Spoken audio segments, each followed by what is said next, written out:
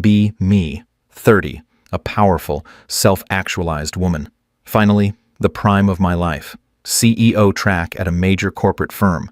7-figure net worth potential by 40, zero tolerance for male mediocrity. 24s were for building my empire, not changing diapers or fetching sandwiches. I earned this. The world owes me recognition for my efforts and accomplishments. I remember turning 25, feeling like I had cracked the code. All the pathetic girls getting married right out of college, rushing to breed and become subservient domestic labor units. I pitied them, truly. They chose submission. I chose power. I chose the boardroom. They chose the laundry room.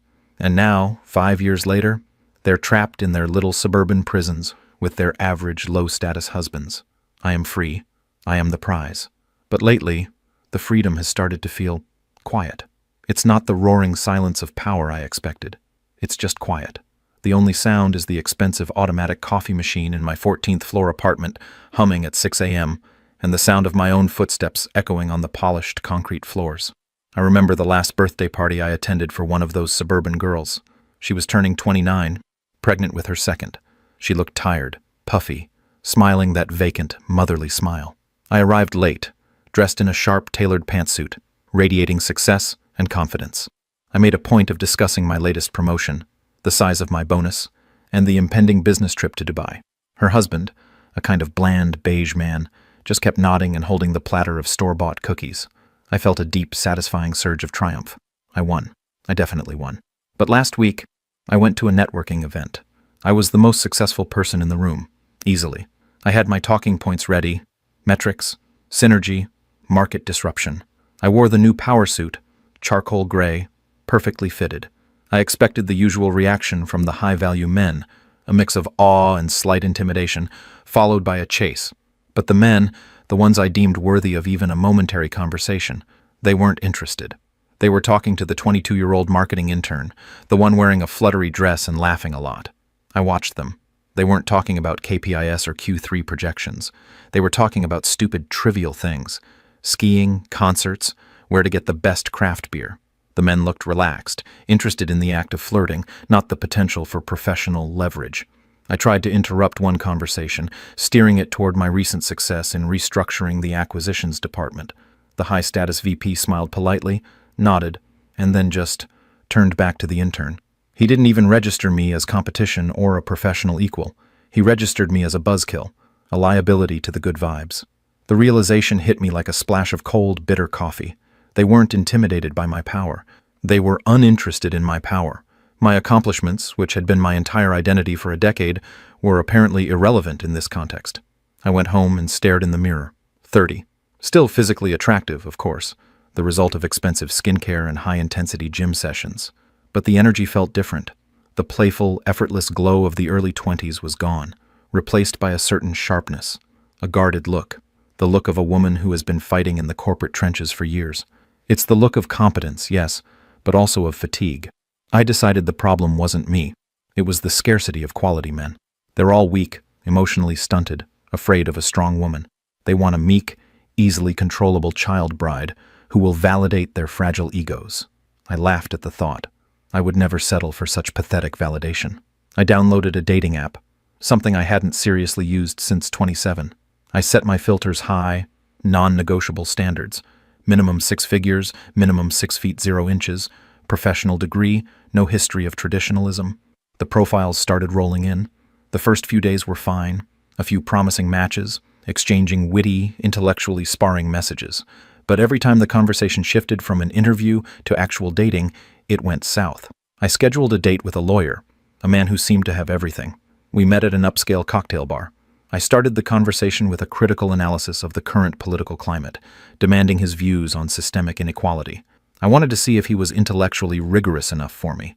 He just laughed, a soft, easy laugh, said, "Wow, right into the deep end, huh?" I was hoping we could talk about maybe what kind of wine you like. I felt rage bubble up. I am not here to discuss trivialities, Richard.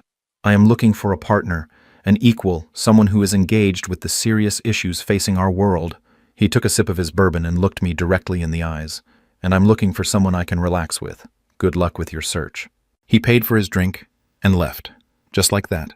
No chase, no apology, no argument. He simply decided I wasn't worth the effort, the audacity, the utter disrespect for my time and my intellectual superiority. I went on 10 more dates like that over the next 3 months. Each man, successful in his own right, seemed to view me not as a prize, but as a test. And they all failed me. No, wait, they all failed the test. They were weak. But the pool of candidates was shrinking, and my matches were becoming less impressive. The 6-figure minimum was starting to net me guys who were 38, slightly balding, and clearly desperate. I started seeing profiles of men I had rejected years ago, men who had tried too hard in their 20s. They were now successful, well-adjusted, and dating women who were decidedly not me. It made no sense. They were supposed to be suffering, wandering the earth directionless because they didn't have a strong woman to guide them. I remembered one man specifically. Mark. He was an engineer, met him when I was 26. He was a sweet, slightly nerdy guy, always talking about his side project, a ridiculous non-corporate project involving, independent game development. I had publicly humiliated him in front of my girlfriends at a party. I asked him why he wasn't pursuing a more serious career path. I told him his little side hustle was cute, but real men provide and build legacy in the real world. He had gone pale, said something about finding fulfillment outside of consumerist competition, and then just stopped calling. I told my friends he was a walking red flag, a loser who would never achieve anything because he rejected the hustle, a MG Tao, or whatever those pathetic little clubs called themselves. I saw his name pop up a few months ago in a business journal, a small feature on innovative indie companies. I scoffed, probably clickbait. Now, at 30, the casual rejections were taking a toll.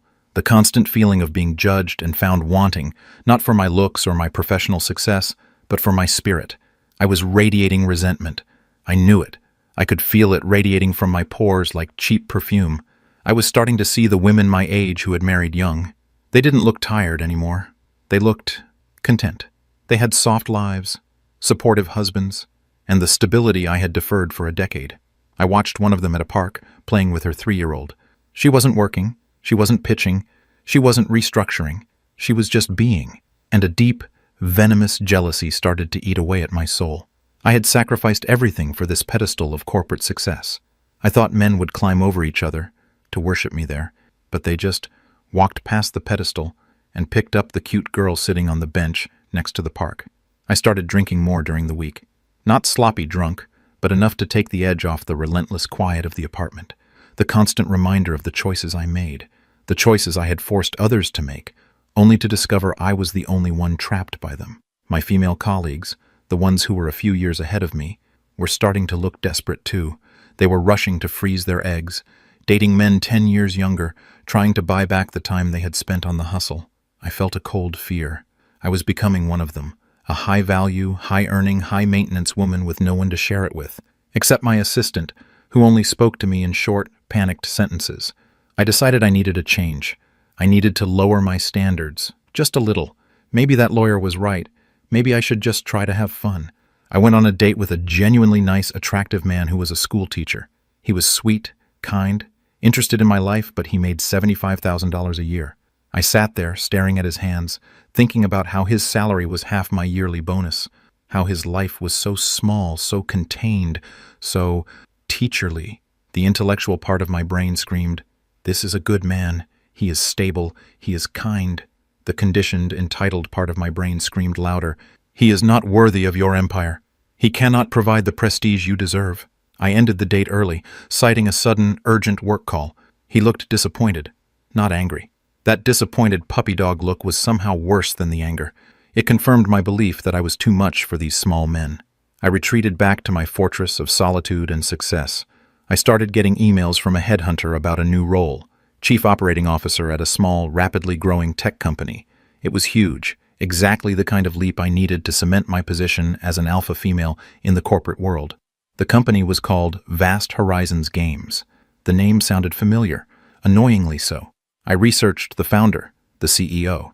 The name was Mark. I stared at the screen, heart pounding with a sudden, ugly mix of terror and disbelief. It was him. Mark, the nerdy engineer I had mocked for his cute little side hustle 6 years ago. He had not only pursued the ridiculous, non-corporate path, he had succeeded. The article described him as a visionary, a genius, a man who had built a multi-million-dollar company focused on fulfillment over consumerism. The irony was a physical pain. He had built a company that rejected the very principles I had dedicated my life to, and it had worked. He had found the independence I had only ever dreamed of, the total financial and creative control. And he did it without me, without the corporate ladder, without the validation of my approval. He didn't need my prestige or my six-figure salary. He was the ultimate prize, now completely unattainable. I called the headhunter, my voice shaking but trying to sound firm. Tell me about the corporate culture. Is it serious? Is it focused on market dominance? The headhunter, a crisp professional man, laughed. Oh, not at all. They're very unique. Mark, the CEO, runs the company on a 4-day work week. He believes in minimal meetings, complete creative freedom, and prioritizing life over work. I hung up. I couldn't work for him. The humiliation would be too much. To submit my impeccable corporate resume to the man I had labeled a loser. To be judged by the man who had gone his own way, avoiding the entire system I had excelled in. He hadn't been waiting for me to catch up. He had simply left the track I was running on. I realized his quiet departure from the competition wasn't a failure. It was the ultimate, passive-aggressive victory. He hadn't needed to argue with me about my careerism or my feminist principles. He just built a better life that proved my principles wrong. My core belief that women must dominate men in the boardroom to find true value was a lie. My true value, the one that mattered to the men I secretly wanted, was being wasted on quarterly reports and hostile takeovers. I pulled up his company's social media. The pictures weren't of fancy offices or tailored suits. They were pictures of Mark, looking genuinely happy, traveling with a gorgeous, smiling woman. She wasn't a CEO. She wasn't a lawyer or an investment banker. She was an artist, a creator, someone who smiled easily and wore comfortable, flowing clothes. The woman was beautiful, relaxed, and clearly valued for who she was, not what she achieved. And she was 5 years younger than me. It wasn't a competition I could win with my resume. My 30th birthday arrived a few weeks later. I hosted a party in my apartment, a mandatory networking event disguised as a celebration. My corporate friends showed up talking about mergers and acquisitions, sipping expensive champagne. But the high-value men I invited all had convenient, last-minute cancellations. They were somewhere else. Not intimidated. Just busy. I watched my reflection in the dark glass of the apartment windows. Sharp, tailored, successful, and utterly alone. The triumphant silence was a deafening roar of emptiness. I finally understood the melting feeling. It wasn't just the aging, it was the realization of the scam. The feminist doctrine had told me that the pursuit of male validation through corporate domination was the ultimate freedom. It was a lie. It was a treadmill that led nowhere but a quiet apartment on the 14th floor at 30. Mark hadn't just succeeded. He had built a life on the antithesis of everything I believed. He went his own way, and his reward was genuine happiness and partnership.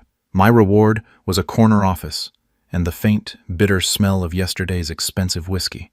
I stood there alone, with a glass of champagne in my hand, looking down at the city, my empire, my prison. The glass slipped from my hand, shattering on the polished concrete. I didn't bother to clean it up. The noise of the break was the only genuine sound I had heard all night, the sound of something finally giving way. I hadn't outsmarted the system. I had been tricked into thinking the system was the game, and the man who walked away from the board was the only one who won. It was just the quiet, echoing, miserable truth.